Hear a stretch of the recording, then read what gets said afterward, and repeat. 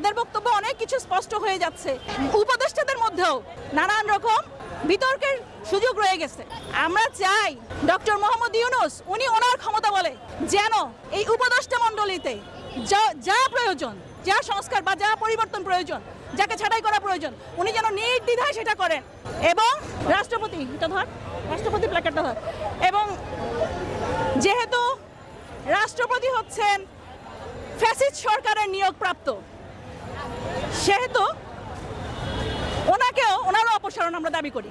ওনার অপসারণ, বিচারপতিদের যারা চলে গিয়েছেন অতি দ্রুত, ইমিডিয়েট, অতি দ্রুত ওনার অপসারণ দাবি করি। অনেকে বলছেন নতুন দেশ, অনেক কিছু পরিবর্তন করতে হবে, সেক্ষেত্রে জাতীয় সঙ্গীতটাও পরিবর্তন চাচ্ছেন কেউ কেউ, এক্ষেত্রে আপনার মতামত কি? আচ্ছা, এখানে আমার মতামত হচ্ছে এইটা মানুষের মৌলিক চাহিদাগুলি আগে আমাদের দেখতে হবে। এইটা নিয়ে আমরা পরে কথা বললেও পারবো। আমার মতামত হচ্ছে এইটা, কারণ আমাদের দেখা যায় আমরা তো আসলে হুজুগে বাঙালি, কিছু একটা নিয়ে মাতামাতি শুরু হলে আমাদের বাস ওটা নিয়েই চলতে থাকে, ট্রল বলেন আর মাতামাতি বলেন। কিন্তু আসলে এইটা জরুরি হতে পারে জরুরি বিষয় যার যার ব্যক্তিগত দৃষ্টিকোণ থেকে, কিন্তু আমার মতে হচ্ছে যে এইটা নিয়ে এখন কথা বলার সময় না। এখন হচ্ছে মানুষের জীবন মান উন্নয়ন, আমাদের দেশের উন্নয়ন, দেশের সমস্ত দুর্নীতি সব সেক্টরে, এমনকি আমরা যাদের ইনফ্লুয়েন্সাররা আছেন তাদের বক্তব্য আমরা দেখি। বর্তমান যে অন্তর্বর্তীকালীন সরকার দেশে আছে, আসলে তাদের কাছে আপনাদের আসলে প্রত্যাশাগুলো কি? অন্তর্বর্তীকালীন সরকারের কাছে আমাদের এবং দেশের জনগণের অনেক অনেক প্রত্যাশা। তবে হয়েছে কি, আমাদের দেশটা এখন এই অবস্থায় গিয়েছে যে একটা রোগী, তাকে হাসপাতালে নেওয়া হলো, দেখা গেল তার ক্যান্সার, তার কিডনি বিকল, তার ডায়াবেটিস, নানাবিধ সমস্যা, তাকে তো আর একদিনে সুস্থ করা সম্ভব না।